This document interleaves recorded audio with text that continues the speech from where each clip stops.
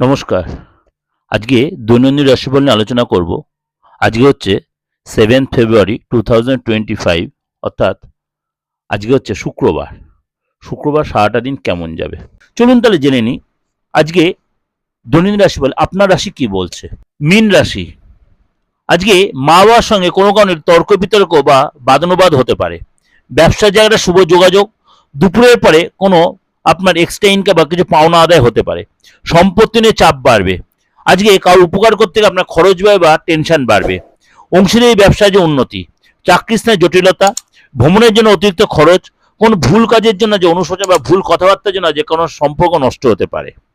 আপনাদের যে ওভারঅল ডিসকাশনটা করলাম, অবশ্যই আপনাদের ভালো লাগবে। ভালো লাগলে অবশ্যই লাইক করে সাবস্ক্রাইব করে নোটিফিকেশন অন করবেন, যত লোকে শেয়ার করবেন। যোগাযোগ করতে হলে অবশ্যই আমার বুকিং নাম্বার রয়েছে, দেখুন একদম সামনে 8910973325, আরেকটা নাম্বার 9433960106।